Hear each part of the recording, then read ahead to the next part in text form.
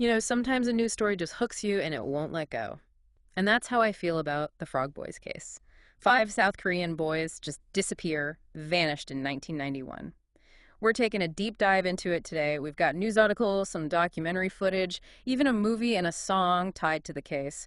So buckle up because this deep dive is a real head scratcher. Yeah, it's a case where every answer you think you've got kind of unravels as you learn more. We're going to explore the facts and the theories, and also just what makes it so fascinating even decades later. All right, so to get started with this, we really need to go back to March 26, 1991. It was a national holiday in South Korea. Five boys from this village, Waryeong, near Daegu, they go out to play. Seems like a totally normal day. It was a holiday, so everything's different, right? The schedules are off. It's understandable why no one thought something was wrong at first. But for these families, and I'd say for South Korea, this day changed everything. Absolutely. These boys were Yoo Cho-won, he was 14, Jo Ho-yeon, 13, Kim Young-gyu, 12, Park Chan-in, 11, and Kim Jong-sik, he was the youngest at 10. They were known as the Five Musketeers. They were always together, and that just makes the whole thing even more heartbreaking. Yeah, their bond really adds another layer of sadness to this, doesn't it? It's tough to imagine what their families were going through. I mean, I can't even begin to. So they head out, and at first, no one's worried, right? Cholwon's dad even goes out looking, just figuring he'd find them playing somewhere in the village. Yeah, there's that sense of normalcy at the beginning. Probably assumed they were just off, enjoying the holiday, exploring a bit further than usual. Yeah, just being kids. But then someone comes forward saying they saw them earlier that day, and the boys told this person that they were going up the mountain. They were going to look for salamander eggs. Now, that's an interesting detail because it gets kind of lost later, overshadowed by this Frog Boys label. Yeah. But originally, the reason they were on the mountain was salamanders, not frogs. Right, salamander eggs. It's so specific. So, this sighting, it must have given the parents a bit of hope, right? They probably thought, okay, they're just further up the mountain than we expected. Especially because they were familiar with that area. Mm. But as darkness falls, you can imagine, the worry starts to creep in. Oh, for sure. And the parents, they start searching themselves, going up that mountain. But they find nothing. And that's when they contact the police, and the boys were officially reported missing. And here's where things get complicated. Huh. The initial police response, well, wasn't great. What do you think about that initial response? I've read that it seemed almost dismissive. Do you think they just underestimated the seriousness of the situation? I think we have to look at the context, right? Right. 1991, South Korea was still fairly new as a democracy. The military, they had a lot of sway, a lot of influence, and that might affected how this investigation began. It seems like, yeah, they thought the boys were just messing around out a little later than they should be. And that was frustrating for the parents, right? They knew their sons wouldn't just disappear. Absolutely. The parents were frantic, but the police weren't launching that full-scale search yet. They checked some of the usual places, but it wasn't the all-out effort that the parents desperately wanted. This lack of urgency, it's something that sticks with you throughout the case. It's like that initial misstep casts a shadow over everything. Then, on the third day, John Sick's parents get this chilling phone call. It's a glimmer of hope, but a really dark one. The caller says he has the boys, says they're suffering, that two are very ill, demands a ransom, and even sets a meeting place in the village. Now, this call, we find out later it was a hoax, but it brought in this whole new level of fear. And it really gets the media interested in the story. So the parents, with the police, they go to the meeting spot with the ransom money, but the caller never shows. What do you think that did to the families? Devastating, right? Not only was it another dead end, but it just showed this cruelty that was swirling around this case. And you got to remember, this is all happening very publicly. Their pain amplified for the whole nation to see. It's almost unimaginable. And it's around this time that the media attention really blows up. That's when the label Frog Boys sticks. Even though early on it was all about salamander eggs. It's funny how those media narratives work, right? Catchy, yeah, but it doesn't really tell the whole story. Yeah. Kind of obscures why those boys were on the mountain in the first place. Exactly. Loses the salamanders. The parents even go on this live TV program called The Square of Public Opinions. They're pleading for their sons to come home, and they use that platform to express how frustrated they are with the police investigation. This public outcry, it's a turning point.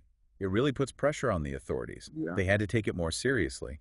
The parents felt like the police weren't really invested in finding their sons, just going through the motions. They even point out, like, there are inaccuracies in the missing persons posters. They wrongly labeled the boys as runaways. Yeah, that just adds to the distrust between the families and the police and feeds the public speculation that something more sinister was going on. And then, during this live broadcast, they get another phone call. And this time, the caller claims to be Jong-sik, crying, begging for his mother.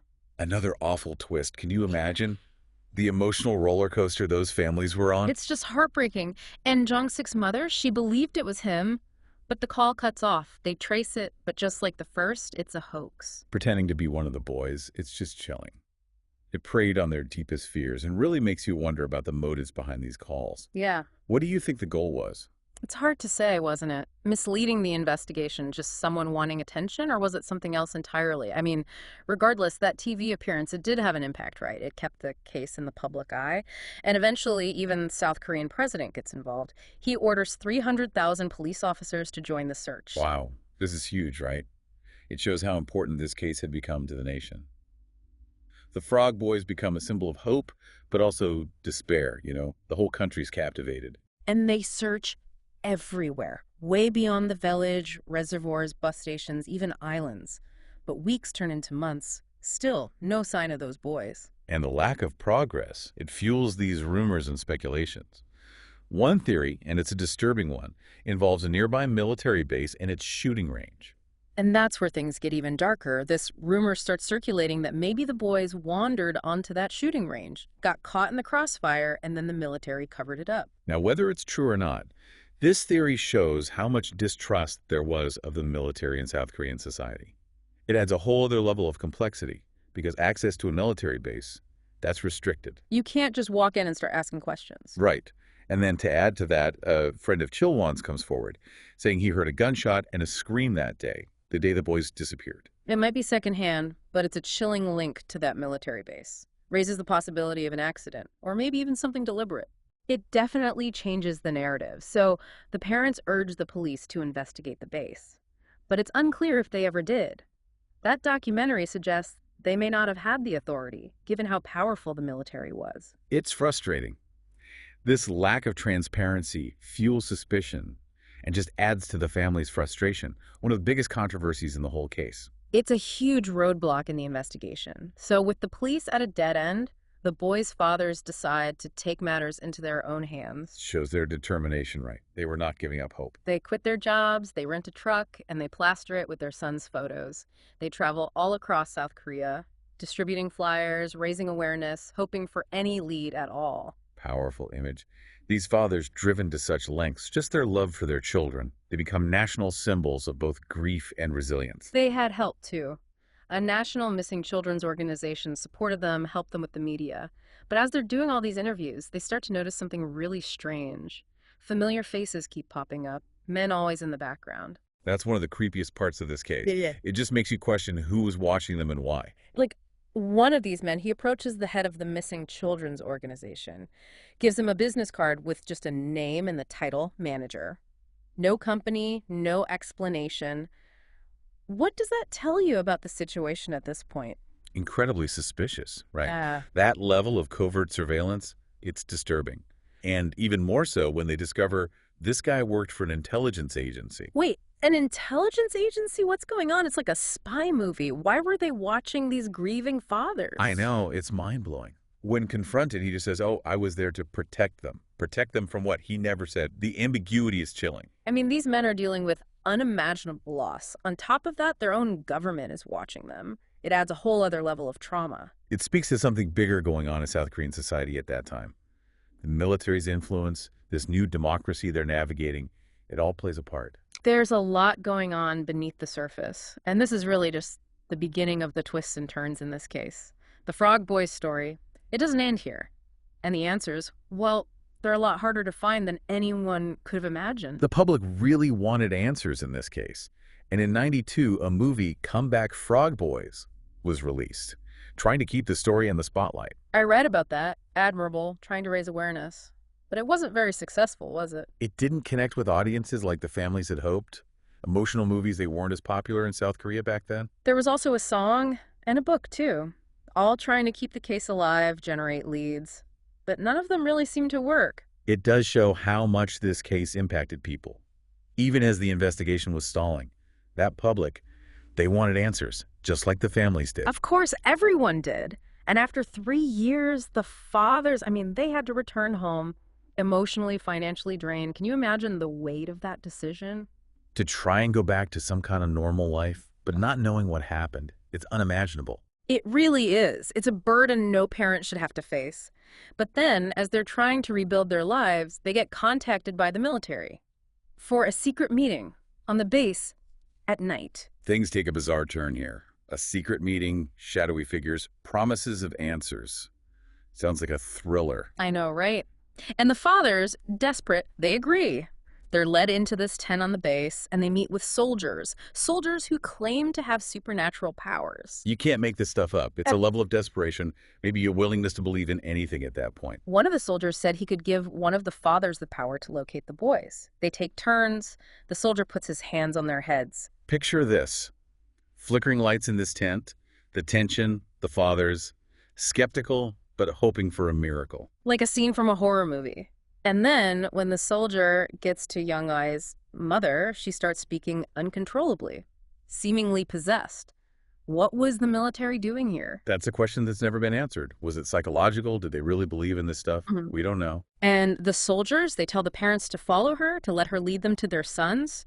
She runs out of the tent, up the mountain, the fathers and soldiers right behind her. This frantic chase in the dark, fueled by hope and fear, it's all based on something so unbelievable. They finally reach a spot. Young Yi's mother collapses, screaming that the boys are there. The climax of this strange ritual, and nothing. They search, but there's nothing there. No boys, no bodies, no clues. One of the most baffling events in the whole case. A huge blow. They're left feeling manipulated, betrayed, not knowing who to trust.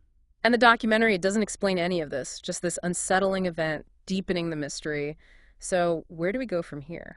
Well, after years of searching, nothing. The case takes a turn in 1996. Enter Kim Kawan, criminal psychologist from the U.S. Kim Kawan, this is where things get controversial. Kawan, he'd been studying the case, said he knew who was responsible, Jong-sik's father, Kim Chol-yu. That accusation must have shocked everyone, the families especially. It was a bombshell. Public opinion divided. It put huge pressure on the family.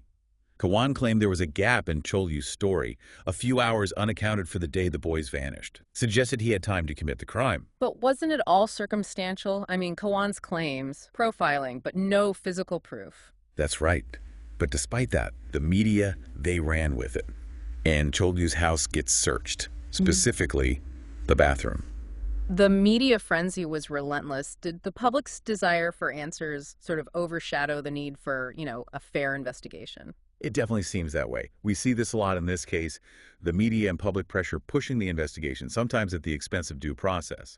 In this case, it leads to the excavation of Chol-yu's bathroom floor. An excavator. They thought he buried them there. Chaos. This is how sensational it got, and unsurprisingly, they find nothing. So Kawan, what happens to him after Chol-yu's cleared? He flees, chased by an angry mob. Police had to take him to the station for his own safety. Messy end to his involvement. But even though it was unfounded, his accusations must have had a lasting impact. Oh, definitely. Even without evidence, those kinds of accusations, they're damaging. Another example of the truth getting lost in speculation. And through it all, the family's still grieving, constantly bombarded with these false leads and accusations. Just tragic. It's the human cost of these unsolved mysteries, isn't it? Years pass, hope fades. The case isn't in the headlines anymore. But then, in 2002, remains are found on the mountain. 5 bodies. A roller coaster of emotions, I imagine, for everyone. It was. Reopened old wounds, reignited the search. A mix of relief and grief. It was 2 locals who found them, hiking, collecting acorns. News spread fast. Like wildfire. The truth buried for years, it can surface eventually. The parents rushed to the mountain, crowds of people, reporters. What was it like at the excavation site? Tense, emotional, hope, anxiety. Everyone waiting to see if it was really them, trying to do a forensic investigation, but also be respectful. It took a while to identify the remains, right? But then they start finding personal items. Shoes, pants, jackets, dental braces on one skull. Heartbreakingly, it was them, the Frog Boys. Devastating for the families. But in a way, also a relief to finally know. It's complex, right? An answer to the question that haunted them for a decade. but with it comes more grief and the need to understand how they died. And as the excavation goes on, the parents notice something odd about the clothes. Some sleeves tied together, one boy's clothes inside out. Another one, pants and shoes pulled up over his shoulders. What did that suggest? Unsettling, isn't it? Hinting at something more than just an accident, maybe foul play. And then, to make things even more confusing, empty bullet cartridges tied up in a jacket, unused bullets in the clothing. And the focus shifts back to the military. Those bullets, they contradict the hypothermia theory. Completely. Points to something more sinister. Suspicions about the military come rushing back, but the police, they quickly announced their theory, hypothermia. Said it was freezing on the mountain that night. Boys got lost, huddled together, succumbed to the cold. The parents didn't believe that, though, did they? Not at all. They knew their sons, knew that mountain, didn't believe they'd just get lost and die like that. Those details, the bullets, the tied-up clothes, it didn't add up. And to add to that, it comes out that the police had already started excavating before the forensics team got there. Yeah, and the forensics experts were shocked. The bones, they were just piled together, not carefully laid out, documented, mishandling the scene, a major setback, made it much harder to determine the cause of death. A huge oversight. How could they be so careless? It makes you question their competence. Definitely raises concerns about how thorough they were. For the families, more frustration. Another sign that things weren't being handled properly. Felt like the police were messing up at every turn. And yet, despite this, the forensics team finds evidence that challenges the hypothermia theory. Marks on some bones, including what looked like indentations from a blunt instrument, on Chilwan's skull. That introduced blunt force trauma, contradicted the whole hypothermia story. The police tried to say it was post-mortem damage, but the forensics team wasn't so sure. Got a second opinion from an anthropologist in the U.S. Shows how much distrust there was. They had to bring in outside experts. The anthropologist's assessment, it was damning. Said those marks on Chilwan's skull, man-made, inflicted before death. So, murder. That blows the police theory out of the water. It does. And it wasn't the only expert who disagreed with the police. The rescue team director for the Korea Alpine Federation, he weighed in too. Said that based on his experience, the police's theory didn't make sense. He would know. What was his reasoning? He pointed out they were found pretty close to a road, and they knew the area, so getting lost and dying of exposure, it just didn't track. More inconsistencies. Makes you wonder about the police's commitment to a real investigation. So all this pressure's building, and then the military admits it. The bullets found with the boys, they were theirs. Big development. But then they deny any involvement. Admit the bullets, but no explanation for how they got there. The classic non-denial denial just fueled the distrust, felt like a cover-up. And remember, it was a holiday. The shooting range was only open to officers that day. Narrows down the suspects, raises questions about whether an officer was involved, accidentally or intentionally. And there was a rumor, an officer who went to the range that day to use up some unspent ammunition. Unconfirmed. But it takes on new meaning now, doesn't it? A possible link, but just a piece of a larger puzzle. Despite all this, the police stuck to their guns. Final report. Boys were killed and buried where they were found. Natural causes. What do people think of that? Outrage from the families, the public. They pointed out that whole area had been searched thoroughly. If they were there the whole time, how did everyone miss them? The report didn't address that. Made people worry about those initial searches. Maybe evidence was overlooked or even ignored. The police's insistence on this hypothermia theory, despite everything, it hurt their credibility. Seemed like they wanted to close the case more than find the truth. A lot of people felt that way, and it fueled the families. They weren't giving up, even though the official investigation was over. So what did they do? Lawsuits against the police. Negligence, a cover-up, but they failed. Another blow. Let down by the system that was supposed to protect their children. It shows the power imbalances, how hard it is to hold those in authority accountable. In 2004, 13 years to the day after they disappeared, the families finally laid their sons to rest.